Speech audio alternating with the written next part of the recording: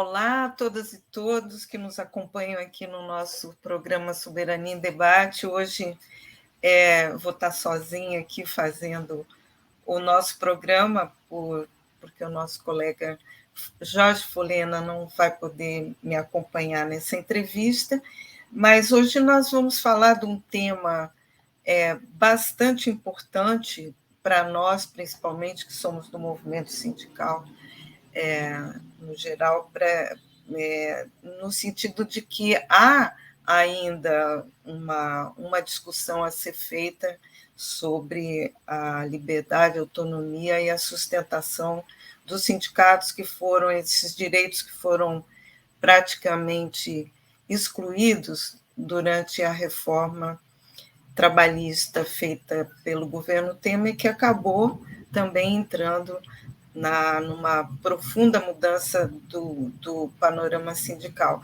E para conversar conosco hoje, nós estamos com Clemente Gans, nosso amigo, colaborador, que tem estado conosco sempre que a gente precisa fazer um debate sobre movimento sindical. Obrigada, Clemente, pela sua gentileza. Eu sei que sua agenda está super tomada por vários compromissos, mas agradeço novamente, agradecemos aqui a sua presença hoje aqui conosco. Prazer estar com vocês, um prazer participar mais uma vez do Brasil Superano. Parabéns pelo trabalho, Beth, equipe, e vamos fazer o debate aí. Então, bom, o Clemente, eu vou fazer uma pequena apresentação. O Clemente é sociólogo, é consultor e coordenador do Fórum das Centrais Sindicais. Ele foi diretor do Departamento Intersindical de Estatística e Estudos Socioeconômicos, o DIEESE, no período de 2004 a 2020. E ele também é membro do CDES, Conselho de Desenvolvimento, aliás, foi membro do Conselho de Desenvolvimento Econômico e Social de 2004 a 2018. Clemente, antes da gente entrar no tema de hoje, que aponta mais ou menos o nosso debate para o futuro, eu queria que você traçasse uma linha do tempo para a gente voltar um pouco até o período logo depois do golpe que tirou a presidenta Dilma do governo e a consequente reforma trabalhista que fez uma mudança substancial e implicou em perdas trabalhistas e sindicais a todos os trabalhadores brasileiros em suas representações sindicais. A gente pode fazer essa linha do tempo que volta lá até o final do governo Dilma? Bom, Beth, acho que para fazer essa linha do tempo a partir do governo Temer, é importante considerar o período anterior para a gente poder entender por que ocorrem, na velocidade em que ocorrem, as mudanças trabalhistas e sindicais no governo Temer.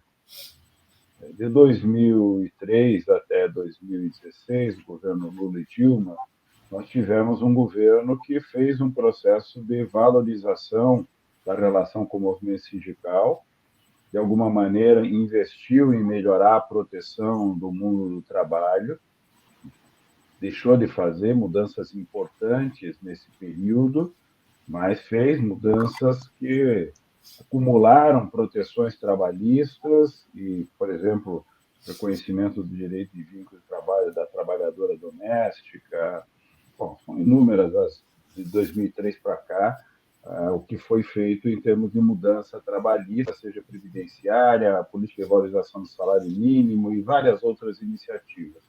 Enquanto o Brasil, de 2003 a 2016, fazia essa trajetória, em quase 15 anos de trajetória de busca de crescimento econômico com inclusão produtiva e com proteção sindical e trabalhista, o mundo fazia uma guinada no sentido de expandir medidas, reformas, procedimentos vamos chamar, liberalizantes ou neoliberalizantes das relações de trabalho.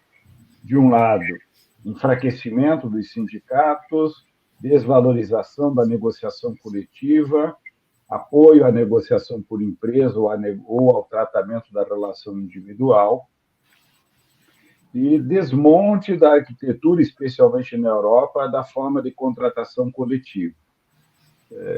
Quando você tem o golpe e o Temer assume, o que nós observamos é que essa guinada que é feita em quase 20 anos nos países desenvolvidos, em poucos meses o Congresso assume essa agenda, no caso da reforma trabalhista, mobiliza um conjunto de mudanças que, por exemplo, a Espanha levou 40 anos para fazer. Nós fizemos, em uma reforma, aquilo que a Espanha fez ao longo de 40 anos de mudanças trabalhistas liberalizantes das relações de trabalho. Para a gente ter uma noção de que o que nós vivemos aqui no Brasil também se fez presente em outros países. Estudos que foram feitos, inclusive para a própria Organização Internacional do Trabalho, a OIT, mostram que cerca de 140 países fizeram reformas trabalhistas e sindicais nesse período que nós estamos tratando aí dos anos 2000 até próximo a 2020. E essas reformas, todas elas flexibilizaram a forma de contratação, forma de remuneração, tiraram o poder do sindicato, enfraqueceram a negociação coletiva, diminuíram o papel do Estado, da Justiça do Trabalho, criaram formas mais flexíveis e menos onerosas para as empresas em termos de demissões e desligamento de trabalhadores. Ou seja, isso que foi feito no mundo, o Brasil tem uma forte resistência a fazê-lo, e com o governo Temer, essa agenda veio com toda a força, o Congresso mobilizou essa agenda, começou com a aprovação da regulamentação de uma terceirização sem limite, diferente daquilo que vinha sendo construído no governo anterior e que não tinha sido aprovado nem encaminhado, infelizmente, ao Congresso Nacional, com um projeto que foi bem construído e que poderia ter sido encaminhado e ser tratado no Congresso Nacional, não foi. Nós tivemos, já no início do governo Temer, um projeto aprovado que autorizou qualquer tipo de terceirização com mínimas proteções aos trabalhadores. Na sequência, uma reforma trabalhista muito extensa e profunda, centenas de alterações, consolidar aquilo que muitos países vinham se fazendo em termos de contratação, remuneração, papel da Justiça do Trabalho, enfraquecimento dos sindicatos e coisas semelhantes. Vem o governo Bolsonaro, que continua nessa trajetória, intensifica o ataque aos sindicatos e tem, com a pandemia, um certo bloqueio a essas iniciativas, porque o deslocamento da atenção para resistir aos efeitos da crise sanitária fez, na verdade, um colchão de certa resistência a esse tipo de iniciativa. De todo modo, no governo Bolsonaro foi elaborado um novo projeto de reforma trabalhista, um novo projeto de reforma sindical, ambos estão prontos, elaborados, provavelmente parlamentares da base do antigo governo vão apresentar esses projetos. Recentemente, o Rogério Marinho, que foi o relator do projeto da reforma trabalhista em 2017, agora senador, já apresentou um projeto de regulamentação do trabalho mediado por aplicativo, que é exatamente o projeto que eles elaboraram no governo, reconhecendo para as empresas de aplicativos que não há vínculo de trabalho entre os trabalhadores e as empresas que fazem atividades econômicas mediadas por aplicativos e plataformas.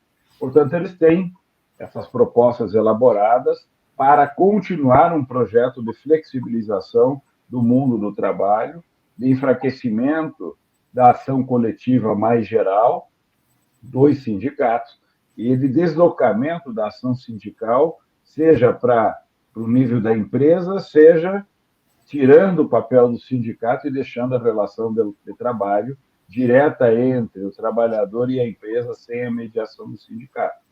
Essa é a trajetória, Beth, que, digamos, chega ao governo, né, ao novo governo Lula, com um conjunto de mudanças bastante substantivas nas relações de trabalho, uma situação de trabalho onde você teve uma expansão do emprego de baixa remuneração, com emprego, muitos deles legalizado, mas dentro de uma legislação que autoriza a precarização, a flexibilização e muitas vezes a insegurança do trabalho, por exemplo, é o vínculo de trabalho intermitente, cujo trabalhador ou trabalhadora pode ter um vínculo de trabalho e ter um salário zerado, portanto, não receber um centavo de salário no mês, porque ele, na verdade, não foi demandado a trabalhar e, portanto, não terá direito a salário, apesar de ter um vínculo de trabalho com aquela empresa.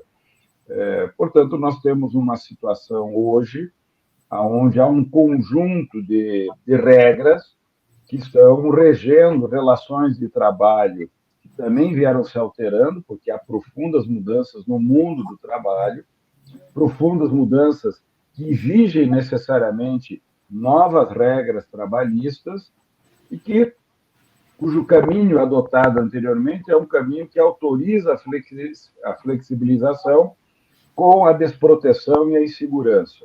Nós provavelmente temos o desafio de olhar para frente e dizer, bom, o mundo do trabalho está sendo flexibilizado por um sistema produtivo que se reorganiza e nós vamos ter que inventar a forma de produzir proteção social, trabalhista e previdenciária para o mundo do trabalho diferente do passado, agora mais flexível, mais atomizado, mais individualizado, mais potencialmente fragmentado. E aí é preciso inventar as formas organizativas, do ponto de vista sindical, as agendas ou as pautas que apresentem as demandas de proteção para esse novo contexto e, bem provavelmente, resultando, de um lado, no fortalecimento da negociação e da forma de contratação coletiva por meio do sindicato na relação com a organização empresarial, e, de outro lado, por uma legislação que recupere regras mais gerais para proteger aqueles trabalhadores que não têm necessariamente vínculo com uma empresa, mas que têm relações de trabalho na sociedade e que precisam e merecem ter proteções equivalentes àquilo que os trabalhadores assalariados têm. Você está coordenando o Fórum das Centrais Sindicais, que trabalha atualmente, né, na elaboração de um documento para uma reforma sindical ser encaminhada aos empresários, ao governo e, posteriormente, ao Congresso. Você podia explicar um pouco, você já, no diagnóstico, já explicou quais os objetivos, né, desse documento, né, o que se pretende atingir, e quais os eixos centrais da proposta que está sendo elaborada? Bom, Beth, a ideia é colocar em debate imediatamente, considerando o compromisso que o presidente Lula assumiu com as centrais sindicais, de encaminhar um Congresso mudanças na organização sindical e no sistema de negociação coletiva, visando justamente dar à negociação e ao sistema sindical capacidade de atuar frente a essas mudanças no mundo do trabalho e dar à negociação coletiva capacidade de rever muitas das regras que foram consignadas na reforma trabalhista de 2017. Em 2017, a reforma trabalhista organizou uma abordagem dizendo que a negociação coletiva vale muito, portanto, a negociação coletiva tem um grande poder regulatório, só que ela fez, ao mesmo tempo, um enfraquecimento intencional do sindicato. De um lado, ela disse, olha, os sindicatos podem muito agora na negociação coletiva, porque eles podem regular múltiplas dimensões do trabalho. Bom, isso é uma abordagem que existe em muitos países, há países desenvolvidos que têm pouquíssima regulação por meio da lei e quase tudo é regulado por meio da negociação coletiva.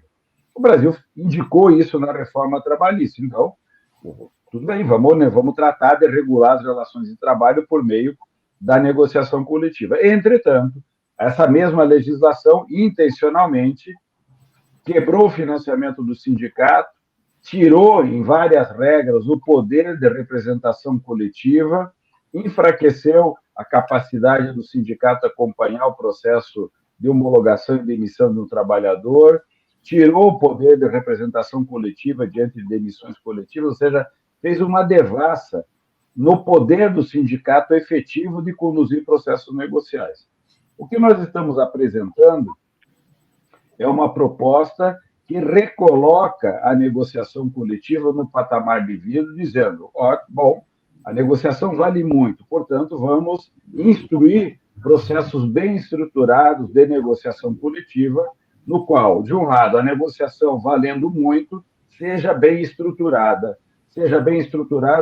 na maneira em que a negociação é desenvolvida, portanto, sem práticas antissindicais, com direito efetivo de representação e de informação, com capacidade do sindicato se preparar para o processo negocial, e, de outro lado, pensarmos uma reorganização do sistema sindical para que ele se coloque no mundo das relações de trabalho e da negociação coletiva com capacidade efetiva de fazer a representação dos trabalhadores, representação essa que a Constituição delega aos sindicatos, representação no processo negocial dos sócios e não sócios do sindicato, portanto, de toda a base sindical, representação delegada a partir de assembleias que o sindicato convoca para que os trabalhadores decidam qual é a pauta que eles vão apresentar para uma negociação que eles querem desenvolver, acompanhar o processo negocial, autorizando o sindicato a continuar na negociação e, em algum momento, celebrar o acordo, a convenção coletiva, e autorizar o sindicato também a ter uma receita decorrente da negociação, que é a contribuição que os trabalhadores farão para financiar o sindicato na ação que ele faz de representá-los e conduzir um processo de negociação. Esse sistema precisa ser organizado daqui para frente e reorganizado permanentemente em função das mudanças que estão ocorrendo e que irão ocorrer no futuro no mundo do trabalho. Para isso, nós também estamos propondo que a regulamentação desse sistema, a forma dele funcionar, de como que o sindicato se organiza, de que maneira que o sistema de negociação funciona, deveria ser regulado por um conselho de relações de trabalho, onde teria uma Câmara que regula as relações, regula o sistema sindical dos trabalhadores, formado pelas centrais e pelos quadros dirigentes do movimento sindical, que formam um conselho de autorregulação da organização sindical dos trabalhadores, um outro conselho autônomo de organização sindical das empresas, e os dois juntos regulam o sistema de negociação coletiva, de tal maneira que tanto a organização sindical quanto o sistema de negociação possam ser permanentemente atualizados e modificados segundo a necessidade que a mudança no mundo do trabalho passar a exigir. Portanto, são 3 diretrizes: fortalecer a negociação coletiva, criar efetiva capacidade para os sindicatos se posicionarem bem no processo de negociação e de organização sindical, e dar autonomia para que trabalhadores e empresas possam desenhar o seu sistema de organização e de relações de trabalho. E, de maneira complementar, promover o equivalente direito para os trabalhadores e trabalhadoras do setor público, para que eles também tenham, além do direito sindical, o reconhecimento regulado na lei do direito à negociação coletiva, de tal forma que os trabalhadores assalariados e os trabalhadores servidores públicos tenham, por meio do sindicato, formas concretas de regular as relações de trabalho. E as centrais sindicais, organizadas nacionalmente e setorialmente, fariam também a incidência na representação dessa massa de trabalhadores que não são assalariados clássicos, que não são servidores públicos, trabalhador autônomo, trabalhadora doméstica, cooperado, PJ também. Bom, nós temos uma infinidade hoje de formas de inserção ocupacional que as centrais passariam a desenvolver de maneira muito mais articulada e incisiva, especialmente junto ao Congresso Nacional, iniciativas de legislação que protejam esses trabalhadores que não têm necessariamente um vínculo de emprego, mas desenvolvem relações de trabalho das mais diferentes formas de inserção laboral na economia brasileira. Então, a partir dessa concepção, nós estamos propondo algumas regras, mudanças em algumas regras, que criam um ambiente favorável para desenvolver esse tipo de trajetória na negociação, no sistema sindical e na representação coletiva. Clemente, nós estamos falando de qual universo? Porque hoje a gente considera um privilégio, né? Você ser um trabalhador assalariado, com contrato formal de trabalho, com todas as garantias, e nós temos uma imensa, como você mesmo citou, uma imensa massa de trabalhadores que sequer têm qualquer tipo de direito. Isso é a proteção para esses trabalhadores e a forma com que os sindicatos vão expandir a proteção a eles estaria compreendido numa fase posterior, é isso que você disse? Veja, quando nós estamos falando da negociação coletiva clássica, negociação no qual o sindicato apresenta uma pauta para o empregador e isso se transforma em um acordo coletivo, em uma convenção coletiva, isso acontece para os trabalhadores assalariados, portanto, aqueles que têm um contrato, um vínculo de emprego com um determinado contratante, uma empresa ou uma organização. Esse conjunto é mais ou menos 40 e poucos milhões de trabalhadores e trabalhadoras. Temos uma outra forma de vínculo, que é do trabalhador estatutário, o servidor público contratado por meio de serviço da seleção pública, e que é um trabalhador chamado estatutário ou um trabalhador com um vínculo de emprego vinculado ao Estatuto do Servidor Público. Esse é mais ou menos 12 milhões, portanto, nós temos em torno de 150 a 55 milhões de trabalhadores e trabalhadoras que estariam protegidos pelo sistema sindical clássico, que é o sindicato que negocia e formula uma pauta e estabelece um acordo, uma convenção coletiva. De outro lado, nós temos outros cerca de 50 a 55 milhões de trabalhadores, portanto, outra metade da força de trabalho, que são trabalhadores autônomos, por conta própria, trabalhadora doméstica, trabalhador por conta própria, mais ou menos 24 milhões de trabalhadores, trabalhadora doméstica, cerca de 6 a 7 milhões de trabalhadores, temos trabalhadores cooperados, temos os trabalhadores pejotizados, entre os trabalhadores autônomos por conta própria e uma parte dos trabalhadores assalariados, tem uma massa de trabalhadores terceirizados que vivem em um limbo, muitas vezes, de contratado ou de subcontratado. Portanto, nós temos aí mais ou menos cerca de metade da força de trabalho hoje protegida por um sistema sindical fragilizado, uma outra metade da força de trabalho com quase que absoluta desproteção sindical. Essa metade da força de trabalho sem proteção sindical também tem baixíssima proteção previdenciária, baixíssima proteção trabalhista.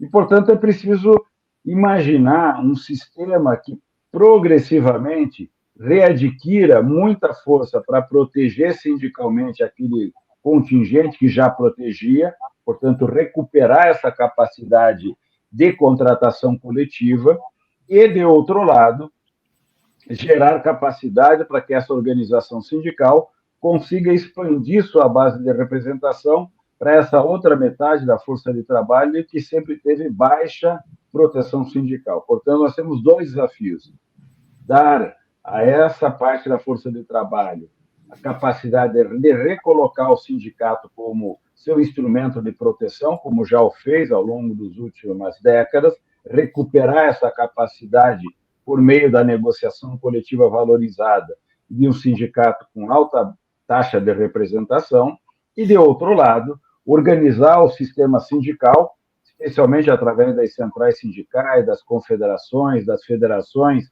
de trabalhadores, organizar essa estrutura para fazer a representação dessa outra parte da força de trabalho, especialmente com uma incidência forte junto ao Poder Executivo, para que a partir do Poder Executivo, junto ao Congresso Nacional, se elaborarem regras que gerem proteções, especialmente previdenciárias, proteção de saúde, direitos equivalentes a esses trabalhadores e criarmos os mecanismos adequados para gerar esse tipo de proteção.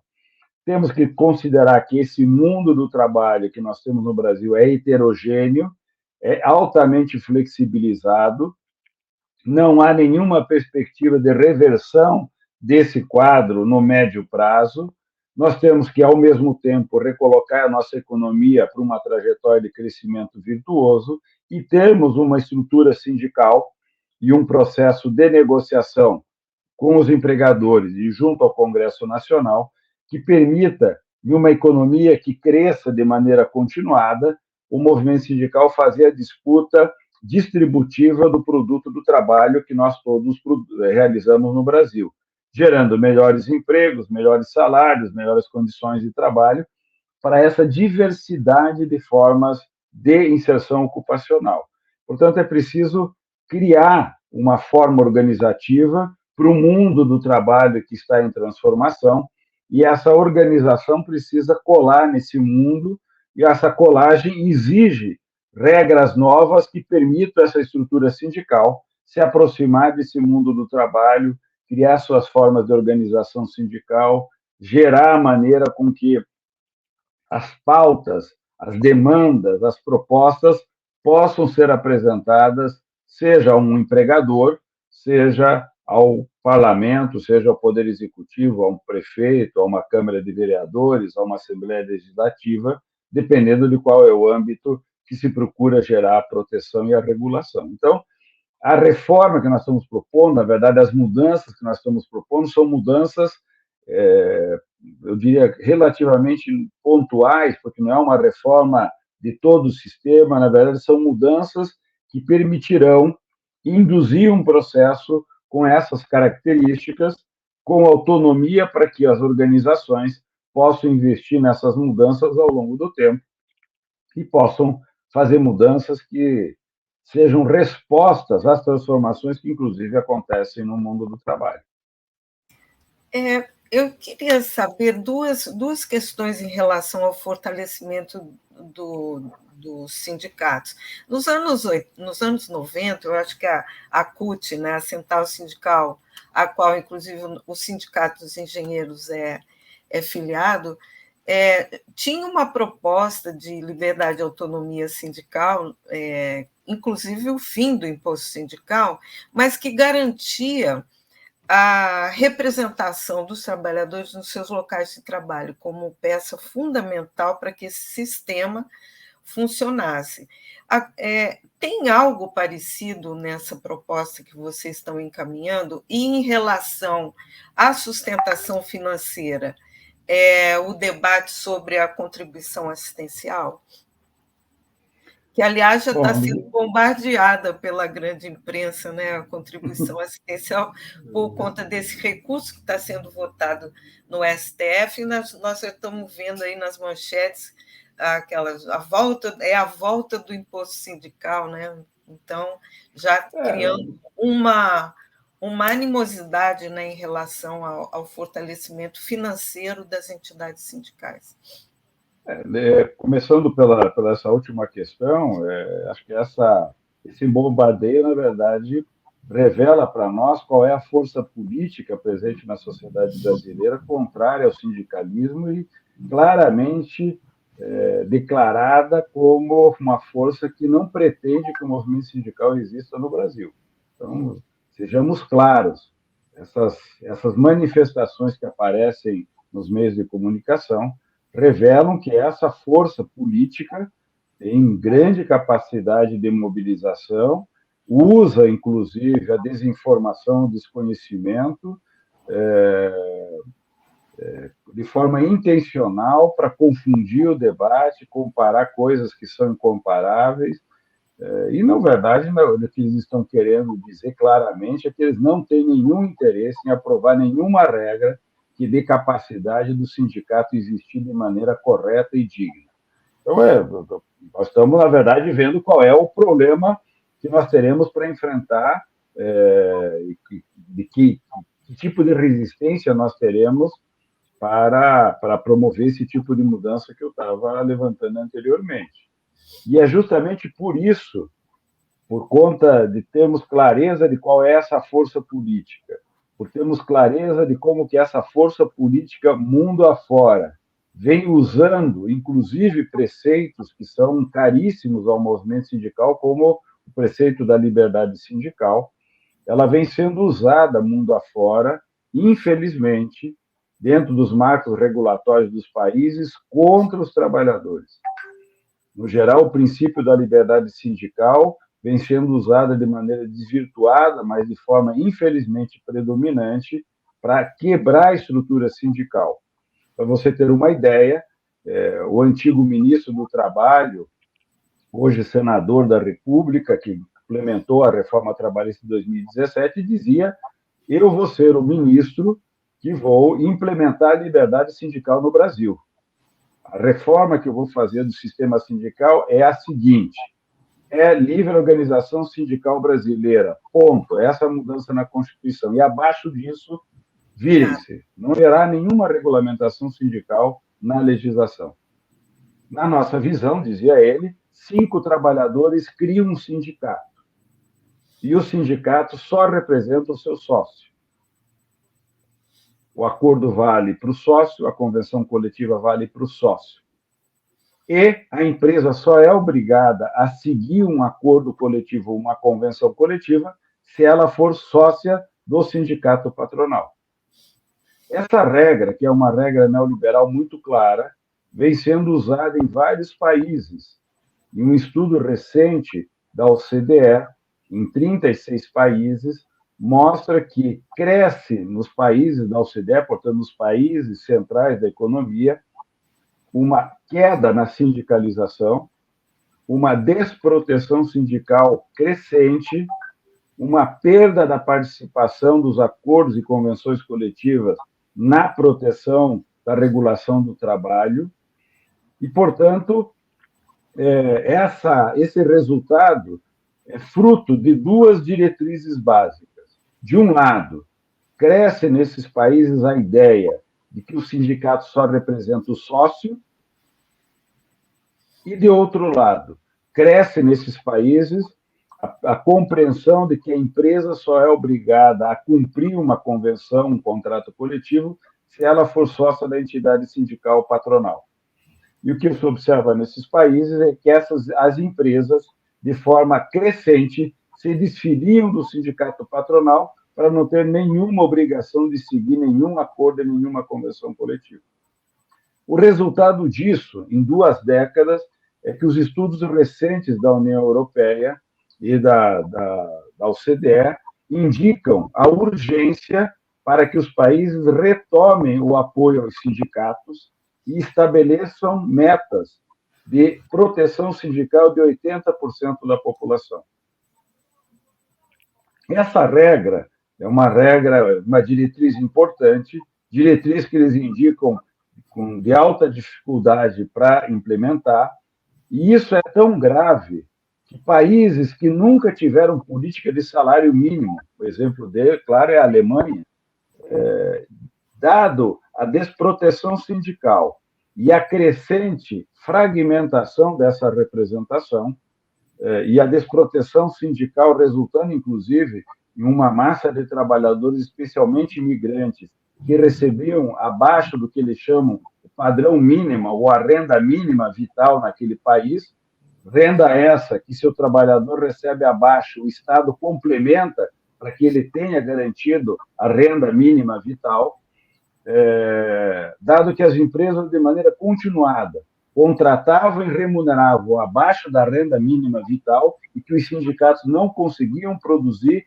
instrumentos coletivos de proteção, porque essas empresas se desfiliavam da entidade sindical patronal, o governo alemão decidiu implementar salário mínimo. A Alemanha passou a ter, pela primeira vez, salário mínimo e política de salário mínimo, dado o nível de desproteção sindical que vem sendo feito em cima do preceito da liberdade sindical. Então, um preceito que é fundamental para a vida sindical, que é a liberdade de se auto-organizar, né? A não interferência patronal na organização dos trabalhadores, a não interferência do Estado na organização dos trabalhadores, no direito de fazer greve, no direito de se organizar, de apresentar uma pauta, se transformou num instrumento usado pelos neoliberais para estraçalhar com a estrutura sindical a partir de marcos regulatórios perversamente estruturados contra a organização sindical.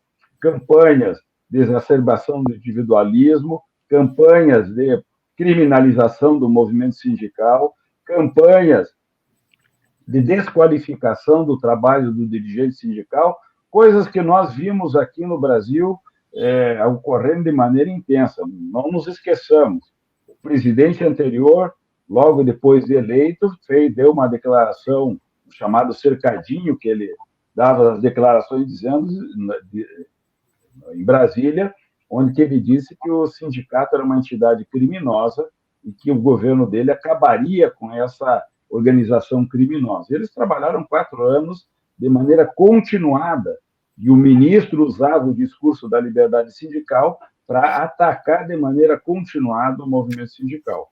E, por isso, compreendendo essa estratégia neoliberal contra os trabalhadores e o uso que é feito do princípio da liberdade sindical para criar um conjunto de regras de fragmentação e de desproteção do sindicato, especialmente retirando dele o direito de proteção universal que a nossa Constituição dá e a capacidade do sindicato fazer uma representação de sócio e não sócio, que o movimento sindical, nesse momento, acho que nenhuma central está abrindo mão dos seus princípios, eu sei que, por exemplo, a CUT não o está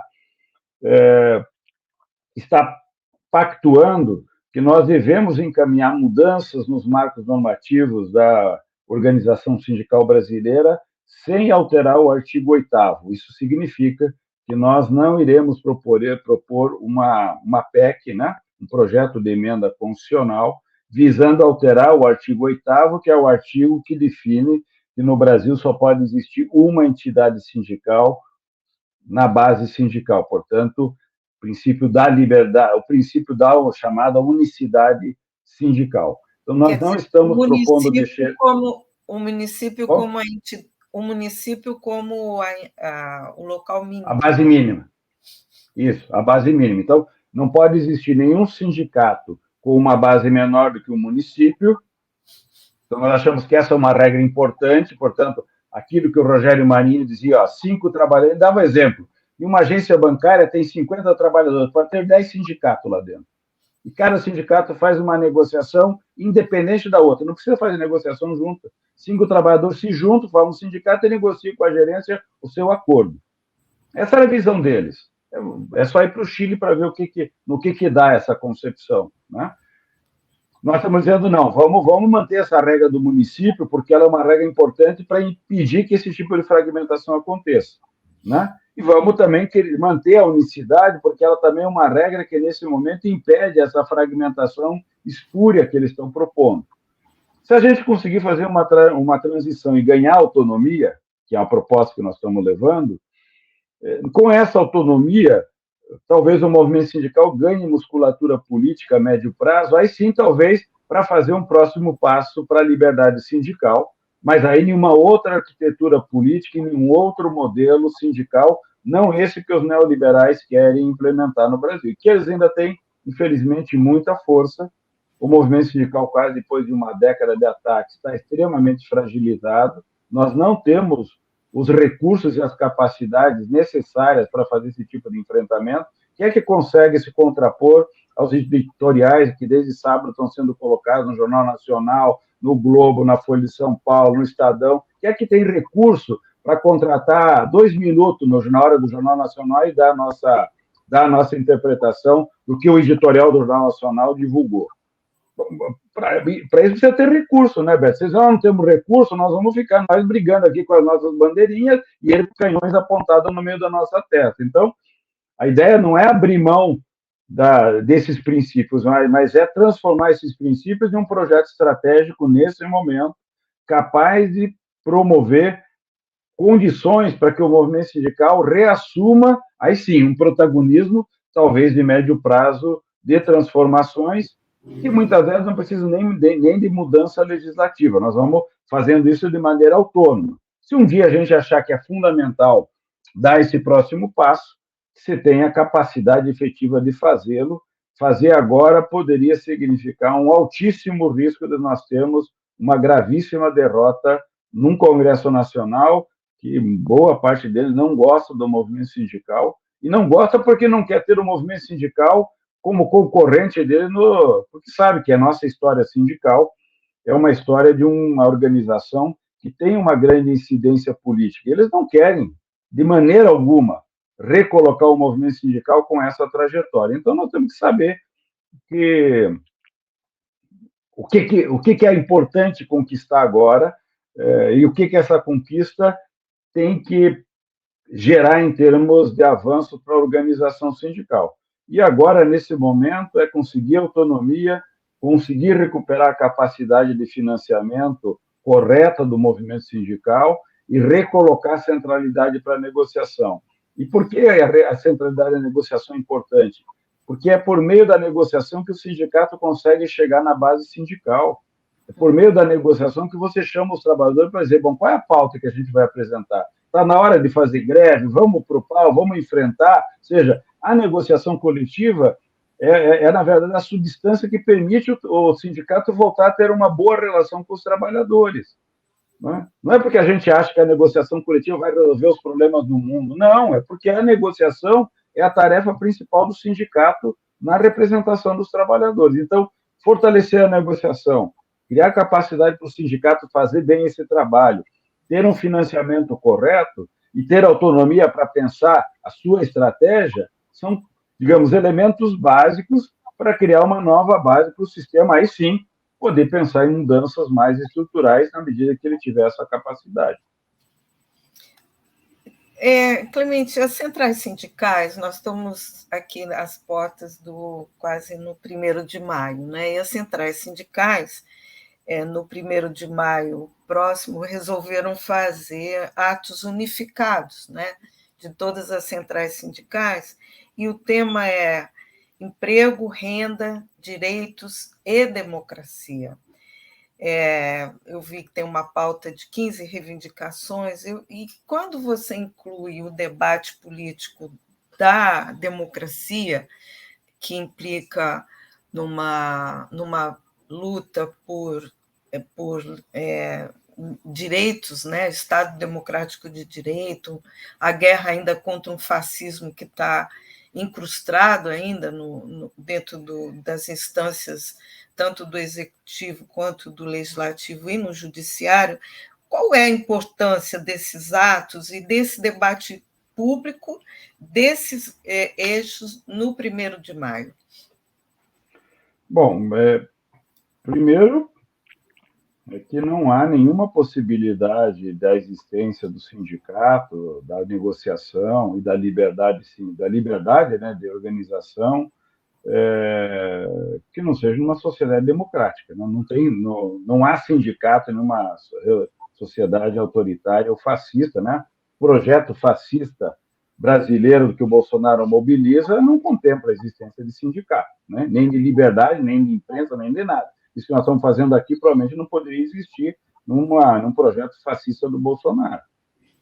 Então, o princípio da democracia, o fundamento da democracia é a base da própria existência do sindicato. Segundo, o sindicato é uma das organizações que compõem, vamos chamar, a estrutura democrática de um país. Por quê? Porque essa sociedade reconhece que uma parte daqueles que produzem economicamente podem se organizar para demandar e para exigir da outra parte que detém boa parte dos recursos econômicos da produção a repartição do trabalho que todos fizeram, né? Existe uma série de regras que diz, não, uma boa parte dessa produto econômico fica para aqueles que detêm os meios de produção. Nós estamos dizendo, não é bem assim, o sindicato vai mostrar que não é bem assim. Mas, bom, isso é disputa, né? Isso é a chamada luta de classes, que a gente sempre diz, isso é o real. Nós estamos dizendo, Em uma sociedade democrática, se reconhece que os sindicatos podem e devem disputar esse produto econômico, inclusive o direito de paralisar o trabalho se considerarem que a distribuição está incorreta, né? Não é justa. Bom, defender a democracia, de um lado, é defender a base para que esse sistema exista, e defender os sindicatos é defender um instrumento fundamental da própria democracia, né? E, ao mesmo tempo, essa organização, evidente, tem a tarefa também de proteger a democracia no seu sentido mais amplo. As instituições que compõem o Estado democrático de direito, as regras, as instituições, seus papéis, suas atribuições. E as centrais, evidente, estão respondendo aquilo que nós enfrentamos nesses últimos anos. Sabíamos que uma vitória o ano passado não seria uma vitória derradeira, na verdade, é uma primeira vitória de tantas outras que nós teremos que enfrentar. Vencemos em outubro, dia 8 de janeiro, tivemos que vencer novamente, porque nós tivemos um atentado, um golpe, uma tentativa de golpe clara. Portanto, nós mais uma vez resistimos. E acabou? Não, não acabou. Vai continuar, vai continuar. Daqui o ano que vem tem eleição de volta, eles vão estar presentes nos atacando. Daqui a 4 anos teremos eleição de volta. Portanto, essa luta continua.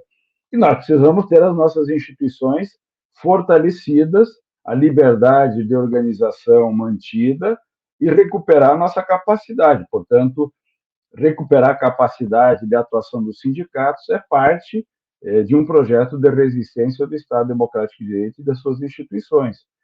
E, portanto, fazer rapidamente uma mudança sindical é fundamental para que os sindicatos tenham tempo de se reorganizar e chegarem com mais força na proteção da própria democracia e da sociedade brasileira. Então, essas coisas estão todas elas relacionadas como parte de um projeto que recoloca para a sociedade a tarefa e a responsabilidade de proteger as suas instituições.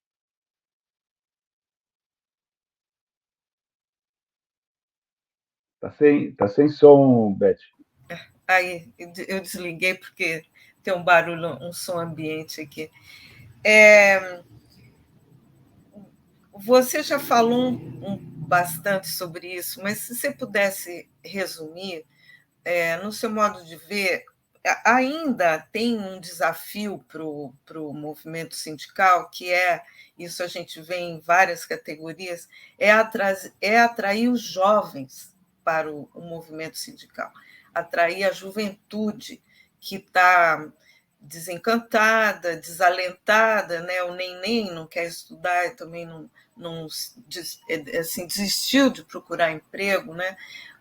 Como você acha que o movimento sindical pode atuar no sentido de atrair a juventude, atrair os jovens para se filiarem, para participarem das lutas coletivas, né? Como você falou, é sair do individualismo e do empreendedorismo que só busca o lucro, né? Que essa é a palavra de ordem, para as lutas coletivas, para as lutas sociais e para se organizarem junto aos seus sindicatos. Bom, Betty,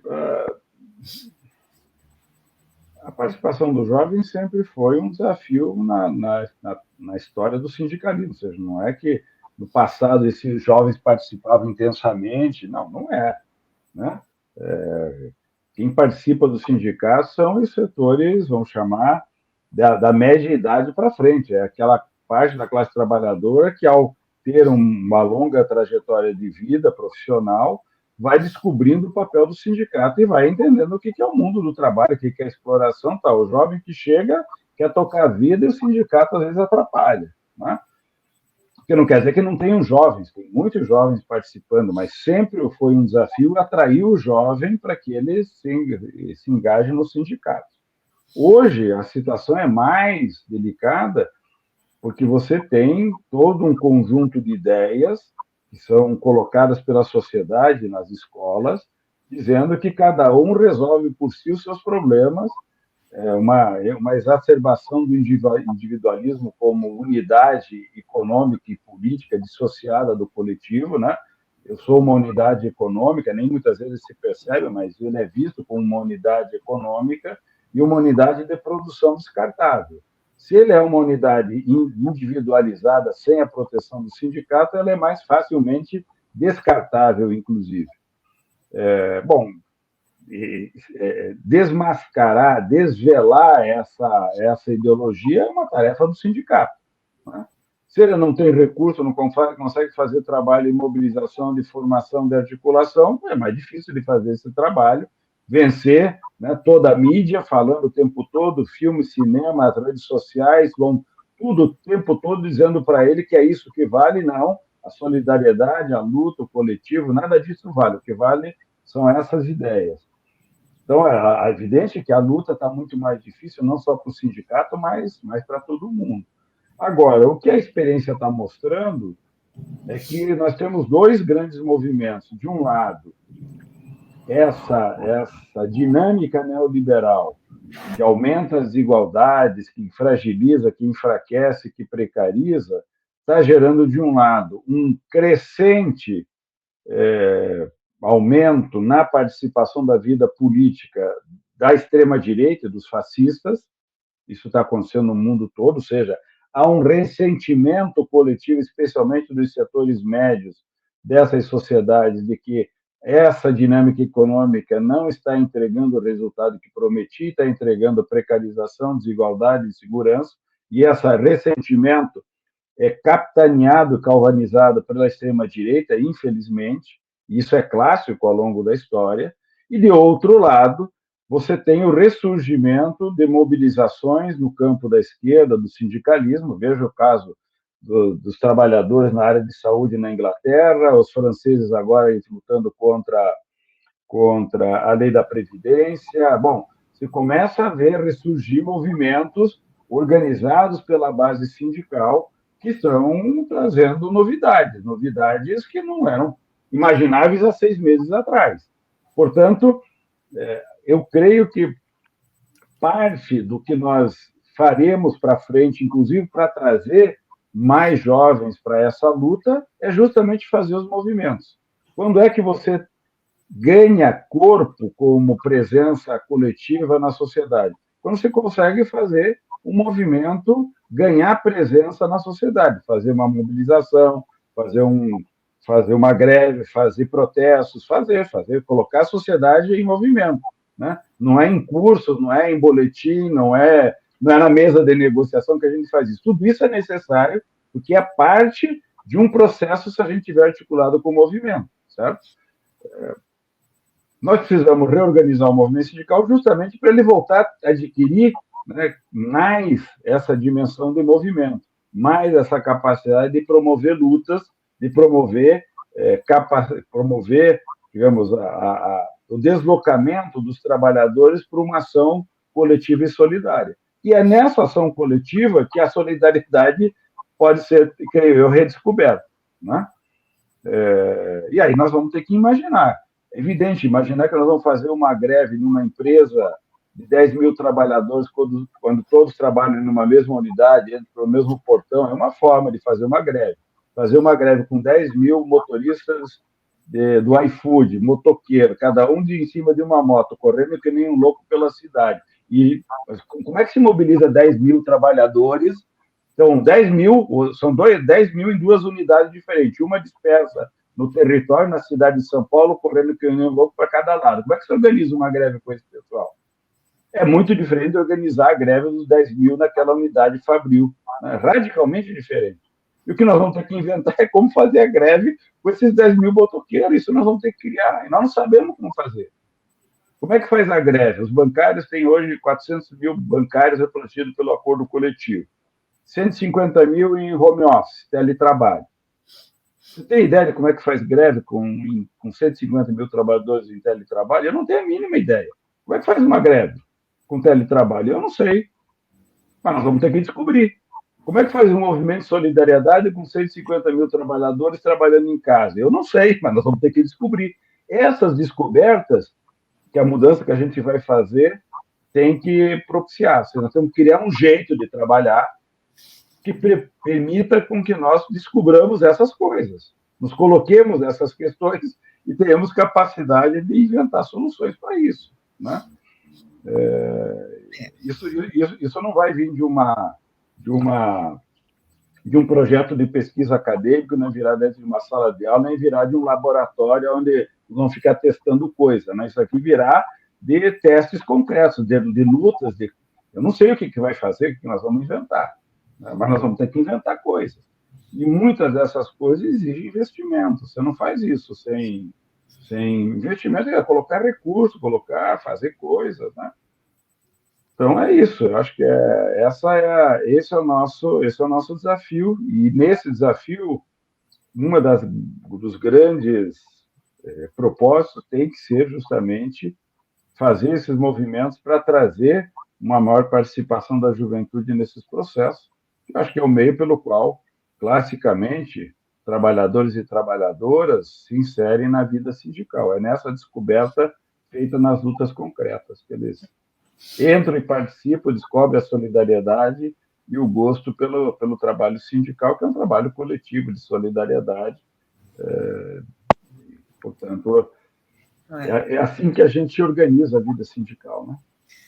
Nós temos desafios muito grandes, né, nesse mundo do trabalho que acabou sendo o mundo da exploração, né? A gente nem teve tempo de tocar em vários assuntos, inclusive a questão do trabalho escravo, o assédio moral, sexual dentro das empresas, a valorização do trabalho das mulheres, né? Eu acho que essas lutas elas continuam bastante presentes, né, na pauta sindical do movimento brasileiro. Mas eu acho que você vai ter que voltar aqui para a gente continuar é só a gente combinar. Nós já estamos aqui chegando no final do nosso tempo, mas eu queria, então, te agradecer imenso a sua participação, acho que foi bastante esclarecedora, e queria, então, antes da gente se despedir, queria abrir para as suas considerações finais. Primeiro, eu fico à disposição para a gente aprofundar outros temas, como você destacou. Mais uma vez, parabenizar aí o projeto Brasil Soberano, o trabalho que vocês fazem, o que o Sindicato Engenheiros do Rio de Janeiro promove.